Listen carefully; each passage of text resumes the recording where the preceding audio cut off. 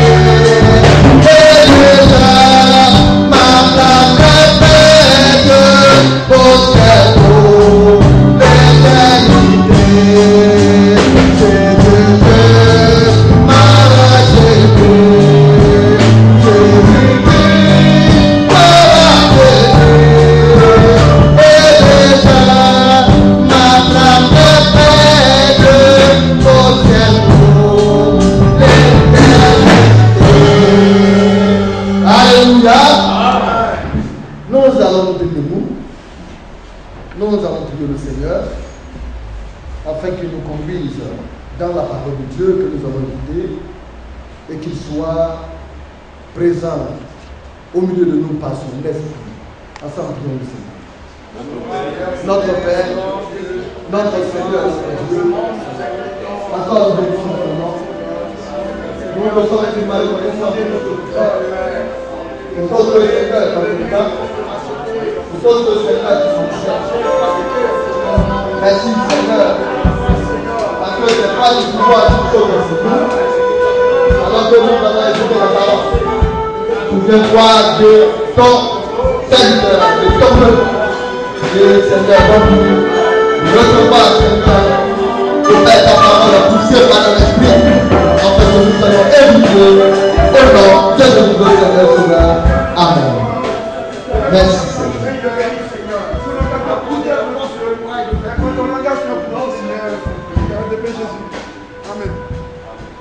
Alléluia. Que Dieu bénisse. Oui, dimanche, étant arrivé à vous, après mon retour, j'ai entendu les témoignages. Le frère Simeon a poursuivi son message. Et je pense qu'un bon message vous a été donné. Alléluia. Oui, la bénédiction de Dieu, il est important de la savoir et de savoir aussi tirer profit de cela. Il faut écouter.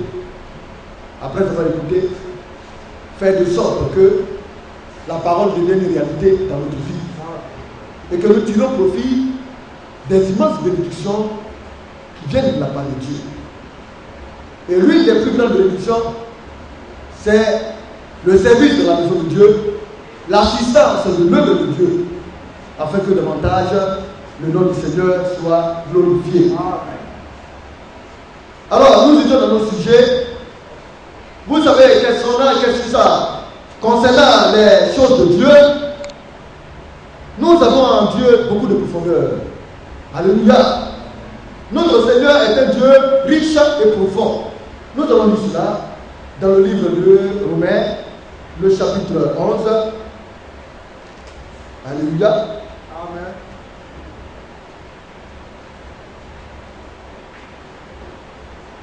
À partir du verset 23. Oh, profondeur de la richesse de Dieu. Profondeur de la richesse de Dieu, de la sagesse et de la science de Dieu. Donc Dieu est riche en profondeur. Quand on parle de la profondeur de la richesse de Dieu, vous allez creuser, cela ne finira jamais. Et quand on parle de richesse, c'est dans tous les domaines de la richesse. La richesse spirituelle, d'abord, c'est elle qui est primordiale. Ensuite, la richesse financière et matérielle. Alléluia. Alors, la Bible nous dit que Dieu est profond dans sa richesse. Toujours profondeur de la sagesse de Dieu. Si nous manquons de sagesse, Dieu est le sage. Le monde entier peut se lever et demander de la sagesse à Dieu, mais cela ne finira jamais la sagesse de Dieu. Alléluia. Pour dire qu'il n'y a personne qui puisse être sage comme Dieu. Ça n'existera jamais. Notre Seigneur est le sage par excellence. Il est unique en son genre et c'est lui qui donne la sagesse. Et aussi de la science, la connaissance de Dieu. Nous allons beau sonder, nous ne pourrons pas connaître comme Dieu connaît. C'est pourquoi c'est de lui que nous recevons la connaissance. Alléluia. Que ces jugements soient insondables. Alors on ne comprend pas les jugements de Dieu. Oui. D'une part, le Seigneur dit, le jugement commence dans sa maison. Alléluia. Le Seigneur parle aussi du jugement des nations. Le Seigneur parle du jugement des niais. Le Seigneur parle du jugement de ses serviteurs, dont lui-même en est l'auteur. Mais Dieu ne permet pas que son peuple juge ses serviteurs. On ne comprend pas. Mais pourquoi? Alléluia. Alors, profondeur, vous voyez, comme on le dit, de la chair de Dieu, que ces jugements sont insondables. Et c'est quoi? Incompréhensible. On ne peut pas comprendre. Bien aimé, comment se fait que Aaron a pu conduire le peuple de Dieu à dérouter. Et Dieu a épargné Aaron. Dieu a ramené Aaron. On ne comprend pas pourquoi. Alléluia. Mais pourtant, il a frappé Marie. C'était une prophétesse, une femme. On ne comprend pas les jugements de Dieu. On ne comprend pas ses voies. Alléluia. Qui a connu la pensée du Seigneur? Personne. Qui a été son conseiller? Personne. Qui est-ce qui a connu la pensée du Seigneur? Qui est-ce qui peut instruire le Seigneur? Personne ne peut le faire. Qui est-ce qui peut se mettre auprès du Seigneur pour dire c'est comme ça qu'il faut faire? Il faudrait qu'on fasse comme ceci. Personne. Alléluia. Qui lui a donné le premier? Qui est-ce qui est venu dire j'ai donné à Dieu et puis Dieu m'a donné? Non. C'est Dieu qui te donne d'abord et puis toi tu lui donnes. Et c'est ça la bénédiction. Quand tu te disposes, il te donne. Quand tu lui donnes, il te redonne encore. 2 fois plus. Alléluia. Qui lui a donné le premier? Pour qu'il ait à recevoir en retour. C'est de lui. Par lui. Alléluia. Tout est de Dieu. Ce que tu fais, c'est de Dieu. Alléluia. Tout ce que nous faisons, nous arrivons à faire, c'est de Dieu. C'est de lui. C'est par lui. Alléluia. Tout ce que nous pouvons arriver à faire de bien, c'est par le Seigneur. Et pour lui. Le chrétien vit de Dieu. Il vit par Dieu. Et il vit pour Dieu. Alléluia. Il dépend de Dieu. Il marche pour la gloire de Dieu. Alléluia. Et il marche pour Dieu. Et il dit, c'est de lui, par lui et pour lui que sont toutes choses. À lui la gloire dans tous les siècles. Amen. Alléluia. Alors, comme on le voit, dans le sujet dans lequel nous sommes, beaucoup d'interprétations sont données. Sur même les 70 semaines de Daniel. Donc ils disent que nous avons déjà accompli la première moitié, vous voyez, de la 70e semaine. Mais pourquoi? Parce qu'ils n'ont pas eu la révélation pour comprendre la profondeur de la parole. Dieu est profond. Dieu est mystère. Mais si Dieu ne te révèle pas, tu ne pourras arriver à sonder ce que Dieu dit. Tu ne comprendras pas. Alors les hommes se lèvent et mélangent la parole de Dieu. Et quand ils mélangent la parole de Dieu, même Dieu est mélangé, arrivé un moment, ils ne savent pas où ils en sont. C'est un peu le cas de nos frères tonneristes et autres. Ils prennent des faits qui vont s'accomplir dans la période de la grande tribulation et ils l'appliquent aujourd'hui pour notre temps. Mais c'est inimaginable, c'est incroyable. Mais pourquoi? Parce qu'ils n'ont pas écouté le prophète, parce qu'ils ne sont pas entrés dans l'intelligence de Dieu. Ils n'ont pas laissé Dieu leur donner la sagesse et l'intelligence pour sonder les Écritures. C'est pourquoi en toute chose, les enfants de Dieu doivent user d'humilité et de grâce de la part de Dieu pour comprendre les choses. Si tu as manqué de comprendre, tu vas sortir du cadre de la volonté de Dieu et tu vas manquer le but assigné par Dieu pour toi. Nous allons prendre le livre de Daniel.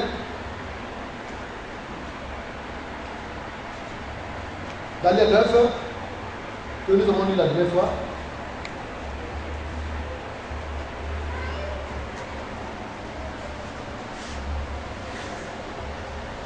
Alléluia.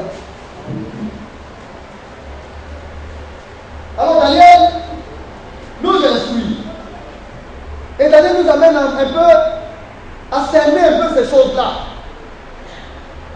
Quand tu es dans le plan de Dieu, tu n'es plus distrait. Tu ne peux pas être séduit parce que tu connais le plan de Dieu. Parce que tu es dans le système, vous voyez, de Dieu. Oui frère, Daniel 9, nous allons lire à partir du verset 23. Vous avez un peu le temps. Lorsque tu as commencé à prier, la parole est sortie et je viens pour te l'annoncer. Car tu es un bien-aimé. Sois attentif à la parole et comprends la vision. Donc, mais au départ, quand nous avons vu une chose très importante. C'est que Daniel était un homme intelligent, comme nous le savons. De sa génération, il était intelligent, il était sage. Puisque les jeunes gens de sa génération, n'est-ce pas? Mais pour les choses de Dieu, David a eu besoin que le Seigneur lui donne encore de l'intelligence pour comprendre. Et cette intelligence-là, c'est la révélation que Dieu donne. Frère, je voulais qu'on lise cela encore. On revient un peu en haut. Alléluia. Nous allons lire le verset 20. Oui, à partir du verset 20. Suivant attentivement. Daniel 9, à partir du verset 20. Je parlais encore, je priais, je confessais mon péché et le péché de mon peuple d'Israël. Et je présentais mes supplications à l'Éternel, mon Dieu, en faveur de la sainte montagne de mon Dieu. Je parlais encore dans ma prière quand l'homme, Gabriel, que j'avais vu précédemment dans une vision, s'approcha de moi d'un vol rapide au moment de l'offrande du soir. Il m'instruisit et s'entretint avec moi. Il me dit, Daniel, je suis venu maintenant pour offrir ton intelligence. Lorsque tu as commencé à prier, la parole est sortie et je viens pour te l'annoncer. Car tu es un bien-aimé, sois attentif à la parole et comprends la vision. Donc, le Seigneur lui a donné l'intelligence en ouvrant son esprit, son intelligence, afin qu'il comprenne la vision qu'il va lui donner. Et nous avons eu à dire que cette vision concerne Israël. Alléluia. Alors on a parlé des 70 semaines des 70 semaines d'Israël. En fait, c'est les 70 semaines d'années d'Israël. Alléluia. Parce que quand on regarde, mais suivant la prophétie jusqu'au Messie, mais si on veut compter 70 semaines, mais dans les premières sorties même de Babylone, alléluia, ils ont déjà passé 70 semaines. Il s'agissait de 70 semaines d'années. Alléluia. Alors, 70 semaines d'années par lesquelles Dieu va prendre soin d'Israël. Oui, frère, nous continuons. Verset 24. Oui. 70 semaines ont été fixées sur ton peuple et sur ta ville sainte. Donc, 70 semaines ont été fixées sur Israël et sur la ville sainte. Alléluia. Sur Jérusalem. Oui, frère. Pour faire cesser les transgressions et mettre fin au péché. Donc, le but pour lequel Dieu a donné les 70 semaines d'année à Israël, alléluia, c'est pour faire cesser les transgressions. Quand cela va arriver à son terme, Israël ne entrera plus dans la transgression. Alléluia. Le Seigneur va faire cesser cela. Quand tu es un juif en ce moment-là, tu vas avoir en toi de manière innée l'amour de Dieu. Alléluia. Tu ne ferais rien qui puisse nuire au Seigneur. Ou bien désoler le Seigneur. Tu seras un bien-aimé du Seigneur. C'est pour une génération qui est, comme on le dit, préparée d'avance par le Seigneur. Oui, frère. Et mettre fin au péché. Oui. Pour expier l'iniquité. Oui. Et emmener la justice éternelle. Pour sceller la vision. Oui. Et le prophète. Oui. Et pour oindre le saint des saints. Donc ces choses ne concernent pas l'Église. C'est pour Israël. Mais quand on voit la justice éternelle, mais la justice éternelle va se passer quand? C'est pendant le millénium. Alléluia. À partir du millénium, la justice de Dieu va être établie. Après que Dieu maintenant va revenir avec Israël, alors le Seigneur viendra pour établir, alléluia, cette justice-là, où il va régner à jamais. C'est vrai, il va régner après ça, pendant 1000 ans. Mais pour une courte durée, il aura une guerre, et après la guerre, alléluia, il va permettre le jugement dernier, et la justice va régner à jamais. Alléluia. Pour oindre le Saint des Saints. Et quand le Seigneur parle de Saint des Saints, il s'agit du lieu très saint. Alléluia. Pour dire que le temple qui a été détruit aujourd'hui va être rebâti. Mais aujourd'hui, le temple n'est pas rebâti. Mais avant que le temple ne soit détruit, il y a eu la prophétie sur la destruction du temple. Daniel a annoncé tout cela. Oui, frère, nous continuons. Verset 25. Oui. Sache-le donc et comprends. Oui. depuis le moment où la parole a annoncé que Jérusalem sera rebâtie Oui. jusqu'au Messie, Oui. au conducteur, Oui. il y a 7 semaines Oui. et 62 semaines. Donc, depuis le moment où la parole a été annoncée que Jérusalem sera rebâtie, j'ai eu à dire que Jérusalem avait d'abord été détruite par l'empire babylonien. Alléluia. Quand Israël a été déporté à Babylone, le temple a été ruiné. Donc le temple a connu une destruction. Alléluia. Donc, comme on le voit, le temple devait être rebâti. Et quand on prend la Bible, ceux-là qui ont eu à bâtir la muraille et le temple, c'est Esdras et Néhémie. Alléluia. Or, Esdras et Néhémie ont existé de la période, vous voyez, des 3 grands empires. Babylone, des Mèdes et des Perses, alléluia. Vous voyez, jusqu'aux Grecs et autres, alléluia. Et comme on le voit, bien aimé, donc le Seigneur nous fait savoir que depuis le moment où la parole a été annoncée que Jérusalem sera rebâtie, jusqu'au Messie, au conducteur, c'est-à-dire jusqu'à Christ, jusqu'à ce que Jésus-Christ vienne, alléluia, une semaine d'année va se passer, et quand on parle d'une semaine d'année, ça fait 49 ans, 7 fois 7. Et en plus, ce sont 2 semaines d'année encore, alléluia, ce sont 2 semaines d'année, quand on calcule, ça fait 480, alléluia, 483 ans. Un truc de ce genre, alléluia. Oui, je vais continuer un peu. Et 62 semaines, Oui.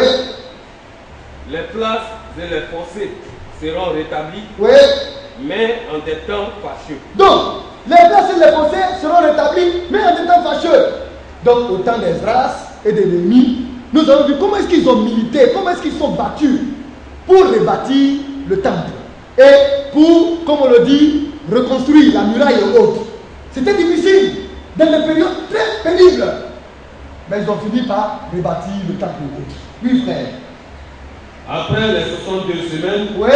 le Messie sera retranché. Donc, après maintenant les 62 semaines, d'abord il y a eu une semaine d'année qui s'est écoulée. Alléluia. Amen. C'est ce que j'ai mentionné ici. La semaine d'année qui s'est écoulée. Après, il y a eu 62 semaines d'année qui sont écoulées encore. Donc, au total, ça fait les 69 semaines. Alléluia.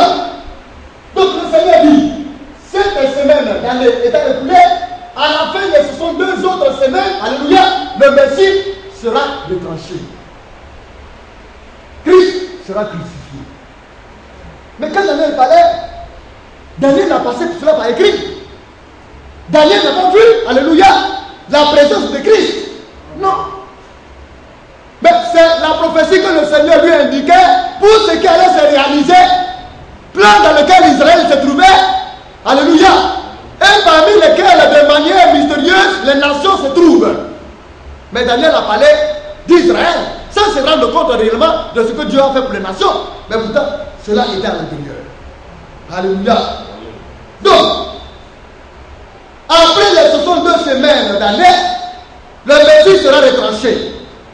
Donc, à la fin des 62 semaines, le Messie a été retranché. Mais le Messie n'a pas été retranché dans la période de la 70e semaine. Non.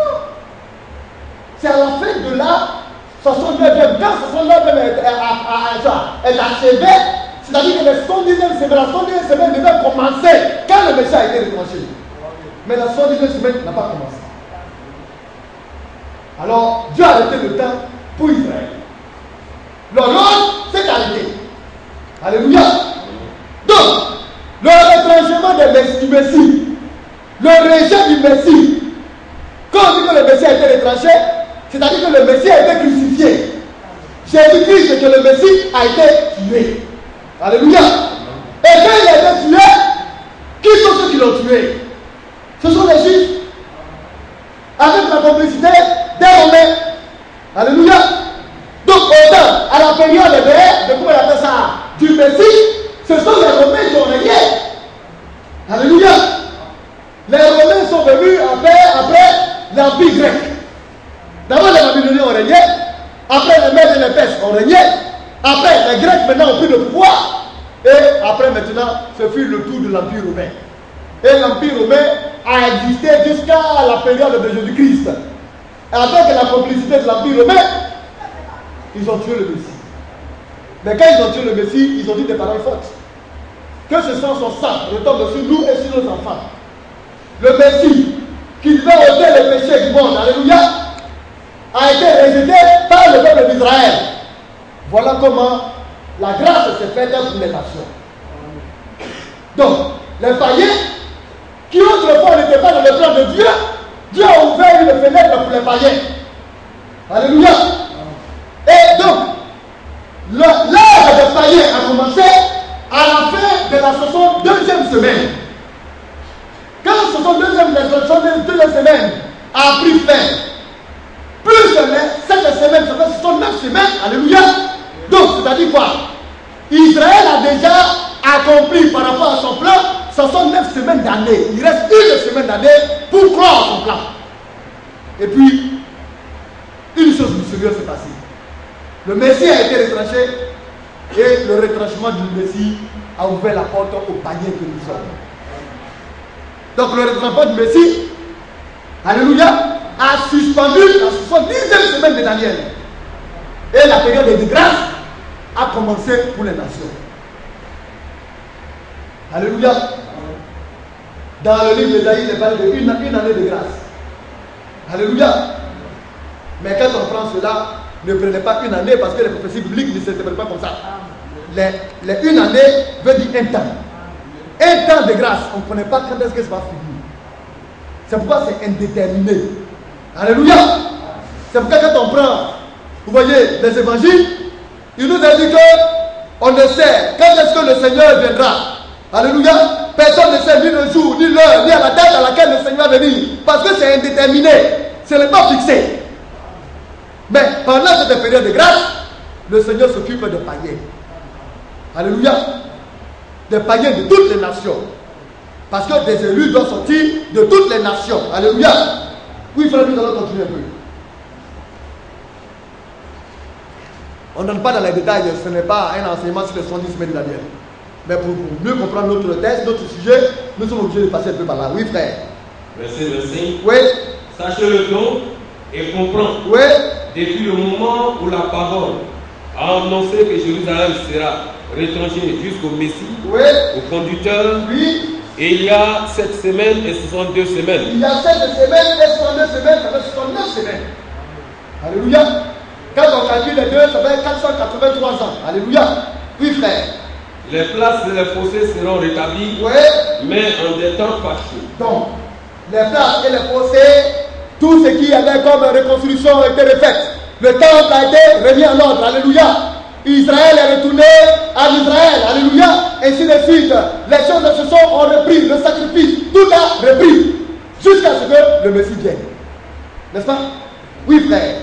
Après les 62 semaines, oui, le Messie sera retranché. Donc le Messie est retranché. Après les 62 semaines, le Messie est retranché. Oui. Et il n'y aura pas de successeur. Donc le Messie ne peut pas avoir de remplaçant. Amen. Le Messie ne peut pas avoir de successeur. Et là, il nous faut aussi comprendre une chose. Parce que nous parlons de ruse. Nous parlons de séduction. Amen. Alors nous devons comprendre. La séduction, c'est une manière trompeuse que le diable utilise pour amener les hommes à sortir du cadre de la parole de Dieu. Mais le Messie n'aura pas de remplaçant. D'où vient maintenant qu'on parle de papauté, où on dit que le pape est le remplaçant du Fils de Dieu sur la terre. Vous voyez, il y a une contradiction. Mais parce que les hommes ne lisent pas, parce que les hommes ne sont pas enseignés, parce que les hommes ignorent que le Christ est unique en son genre. Il est le Messie, alléluia. Il est le Christ, loin de Dieu. Et lorsqu'il a été retranché, il est mort et il est ressuscité. Et il est monté au ciel, étant monté au ciel, il ne peut pas avoir son remplaçant sur la terre. Ce n'est pas possible. Alléluia. Alors, il est le Messie. Il est appelé aussi le conducteur. C'est lui qui conduit l'église par le Saint-Esprit. Le conducteur, c'est le Saint-Esprit. C'est toujours Christ. Alléluia. C'est lui qui conduit toutes choses dans sa maison. Et il ne peut pas avoir de successeur ou bien de remplaçant. Oui, frère, nous continuons. Le peuple d'un chef qui viendra détruira la ville et le sanctuaire. Donc, le temple ayant été construit pendant, alléluia, la période des grands rois de Nebuchadnezzar, de Perse et de Mèdes, va être détruit encore. Mais pourquoi? Et c'est de cela que le Seigneur parlait dans le livre de Matthieu 24. Daniel en avait parlé, mais ils n'ont pas pris garde à cela. Alléluia. Le Seigneur, quand il parlait, quand il était en Israël, il a parlé de la destruction de son corps. Mais il a parlé aussi de la destruction du temple de Jérusalem. Matthieu 24. Nous allons lire cela encore. Alléluia.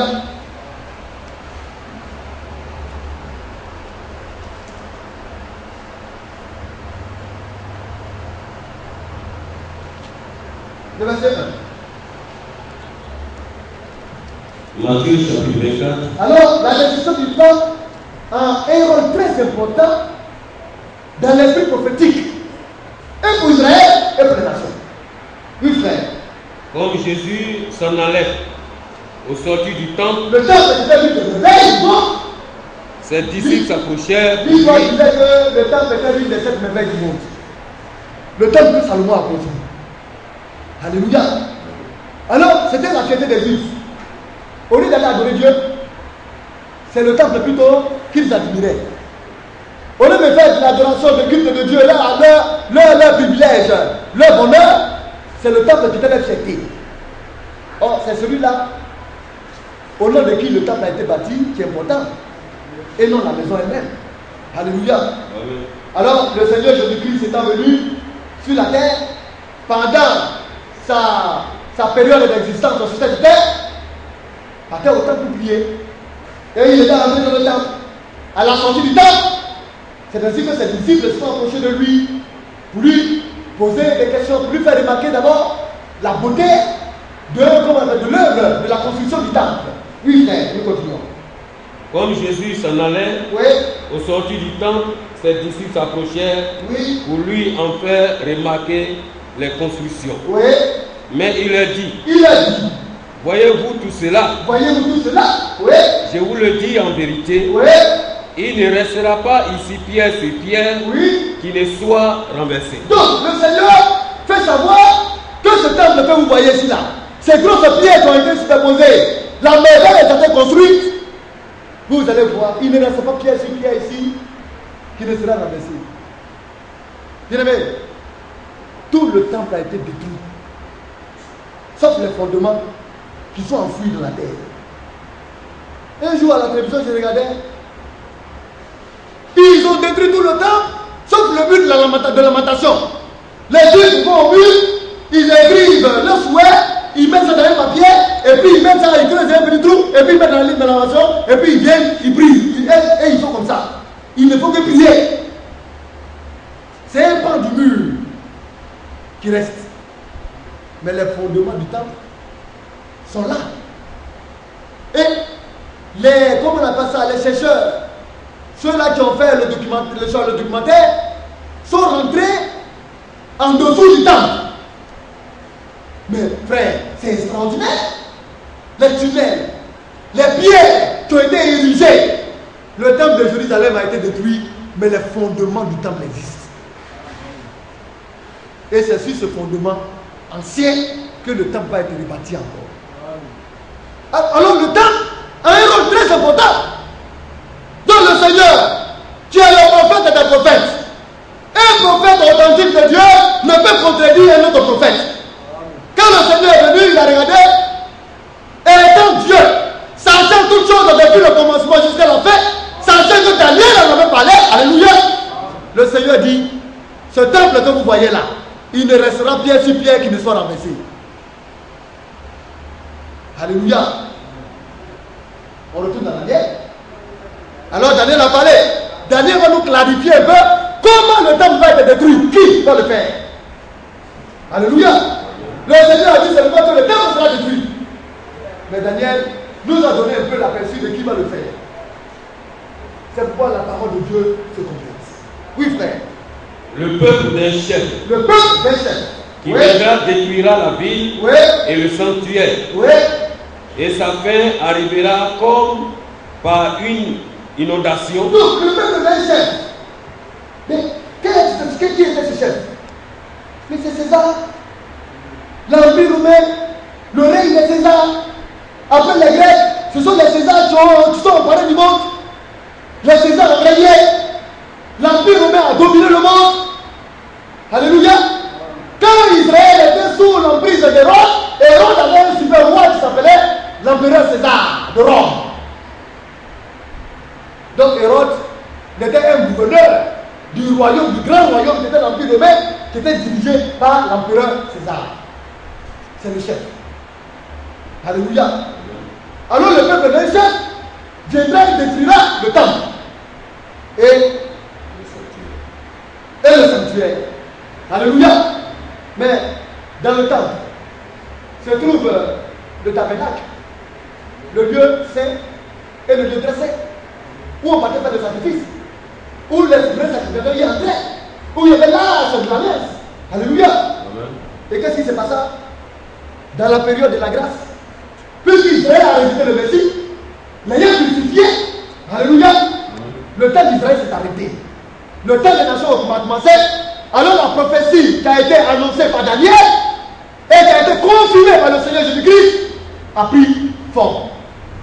Dans notre ère, allant vers l'an 70 de notre ère, le général Titus de l'Empire romain, de ce peuple, alléluia, le peuple d'un chef, le peuple romain, de César, alléluia, qui a pour général Titus, le général de son armée, est venu attaquer Jérusalem.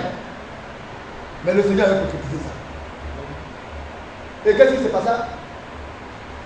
Ils ont tué les Juifs. L'histoire dit, ce jour-là, ce massacre-là, est venu comme une inondation. C'est pas ce que Daniel a dit. Daniel a dit, hein. Mais l'histoire a confirmé. L'histoire dit que ce jour-là, le sang qui a versé à Jérusalem, on peut prendre une pirogue, mettre sur le sang et puis t'as gagné. Ah, ils ont massacré les Juifs. Vous dites que le Saint qui est là, Jésus, ils lui ont dit que son sang n'a qu'à tomber sur nous, sur nos enfants. Mais son sang va tomber sur eux.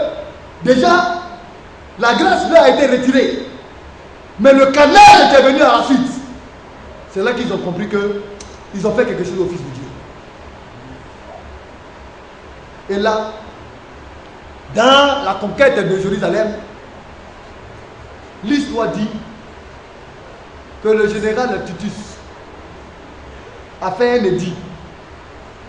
Parce que quand il a regardé le temple, il a vu que elle était trop belle. C'était un chef-d'œuvre. Alors lui, comme il est le chef de l'armée, c'est ce qu'il dit que l'armée respecte. Alors il a décidé, il a écrit, il a mis un édit pour dire détruisez tout sauf le temple. Mais alors, qu'est-ce qui se passe? Satan veut bouleverser la prophétie donnée par le Seigneur. Mais au moment où les émissaires du général Titus vont arriver, les soldats avaient déjà détruit le temple et tout ce qui se trouvait. Alors la prophétie venait de s'accomplir là. Rome a été désolé, ils ont dit mais quel gâchis. On a tout fait pour préserver ce temple, mais hélas ça a été détruit. Mais Dieu a parlé. Si Dieu a parlé, qui est-ce qui peut résister? La prophétie est sortie. Comment ne s'accomplirait-il tel pas? Alléluia. De toutes les bonnes paroles sorties de la bouche de Dieu. Alléluia. Et qui sont descendues sur la terre, aucune n'est retournée à Dieu sans avoir exécuté l'œuvre pour laquelle elle a été prononcée. Amen. Toutes les prophéties de Dieu s'accomplissent. Oui, frère, nous reprenons le verset 27. Le verset 26. Verset 6, oui. Après les 62 semaines, oui, le Messie sera retranché, oui, et il n'y aura pas de successeur. Oui. Le peuple d'un chef qui viendra détruira la ville et le sanctuaire. Oui. Et sa fin arrivera comme par une inondation. Oui. Il est arrêté que les dévastations dureront jusqu'au terme de la guerre. Donc, la dévastation d'Israël Alléluia. Israël va connaître des guerres, des troubles, jusqu'à sa fin. Jérusalem ne sera pas en paix. Vous connaissez ce qui se passe actuellement. Guerre entre Israël et les Palestiniens. Les Palestiniens qui sont soutenus par tous les pays arabes. Israël combat. Les États-Unis soutiennent Israël. L'Union européenne n'est pas contente. Mais actuellement, ce sont les États-Unis qui sont la première puissance. Alors ils regardent. Et ça leur fait du mal. Mais bientôt, la puissance de Rome, alléluia, qui a été avant et au temps de Jésus-Christ, va réapparaître. Pour ne pas dire réapparu. Alléluia. Nous aurons l'occasion d'en parler. L'Empire romain a existé au temps du Seigneur, a disparu, alléluia, et est réapparu. Et cette puissance-là va bientôt prendre la commande du monde. C'est la première puissance mondiale qui est en train d'arriver, l'Union européenne. C'est l'Empire romain qui est en train de renaître. Alléluia. Et Israël sera troublé. Mais cet empire a en son sein un autre État qui la gouverne. C'est le Vatican. Notre président est parti au Vatican. Hein. Ils ont les drapeaux. Ils ont les présidents. Ils ont l'armée. Ils ont tout ce qu'un pays a. Alléluia. Et ils sont le plus petit État du monde. Et ils sont au milieu d'un autre État, mais ils dirigent l'Union européenne. C'est ça le pape. Sa puissance est planétaire. Alléluia. Oui, frère, nous continuons un peu. Verset 27. Oui.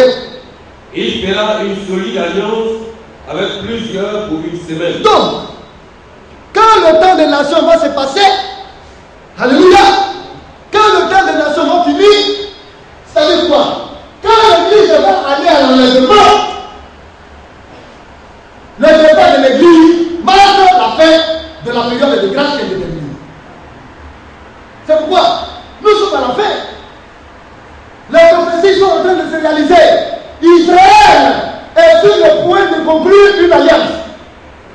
Mais ce n'est pas avec Israël seulement que le chef, alléluia, cet homme-là, le chef d'un peuple-là, ce n'est pas avec Israël seulement qu'il va conclure des alliances. La Bible dit il va conclure des alliances avec plusieurs. On reprend le verset 27. Oui. Il fera une solide alliance avec plusieurs pour une semaine. Donc il reste une semaine. C'est la dernière semaine de Daniel. Alléluia. Mais cette dernière semaine n'a pas encore eu lieu. Hein.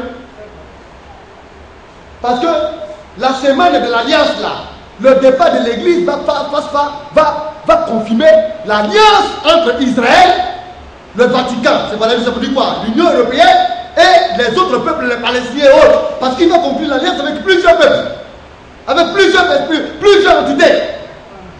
Et le frère Franck a envoyé une circulaire pour dire que Israël aujourd'hui est disposé avec les Palestiniens, l'Union européenne, alléluia, à discuter du statut de Jérusalem. Comment Jérusalem va être gérée? Qui va gouverner Jérusalem? Comment est-ce qu'ils vont faire les choses? Les Palestiniens ont donné leur caution au pape. Et aujourd'hui, le Vatican est l'un des soutiens des Palestiniens, de l'État palestinien. Le frère Franck a donné comment on appelle ça, des précisions là-dessus. Le Vatican donne beaucoup de milliards aux Palestiniens chaque année pour les aider. Alors que c'est l'ennemi d'Israël. Comment une église peut-elle aller contre le peuple de Dieu? C'est incroyable. Mais ce sont les prophéties. Hein? Alors qu'est-ce qui va se passer? Ils vont conclure l'alliance. Une fois que l'église est partie, l'alliance va être signée. Alléluia. Donc, pour dire que l'alliance va se passer dans cette période, après l'enlèvement, dans la 70e semaine de l'alliance, dans la dernière semaine. Oui, frère, nous continuons un peu. Il fera une solide alliance avec plusieurs pour une semaine. Pour une semaine, pour 7 ans. C'est ce que ça veut dire. Une semaine pour 7 ans. C'est la dernière semaine de l'année. Quand l'église partira, l'église va faire 7 ans dans le ciel. Oui, les 7 ans pour le repas de noces. Pendant ce moment, le Seigneur s'occupe d'Israël. Les 2 oliviers vont venir pour exercer leur ministère. Alléluia. Et leur ministère va durer 3 ans et demi. Alléluia. Donc le ministère des 2 oliviers va commencer juste après l'enlèvement. Ça veut dire que les 2 oliviers qui ont reçu l'esprit d'Élie et de Moïse vont venir pour Israël. Donc Dieu maintenant s'occupe plus des nations. Parce que la grâce est facile. Dieu maintenant visite son peuple Israël. Alors il envoie des prophètes qui ont marqué Israël. C'est Élie le Tishbite et Moïse. Avec les 6 qui ont accompagné Élie et Moïse. Parce qu'Israël croit en cela. Alléluia. Alors le départ de l'église va marquer le commencement du ministère des 2 oliviers. Bien aimé. Et là, comme on le voit, c'est 3 ans et demi qu'ils feront comme ministère. Après, ils seront tués.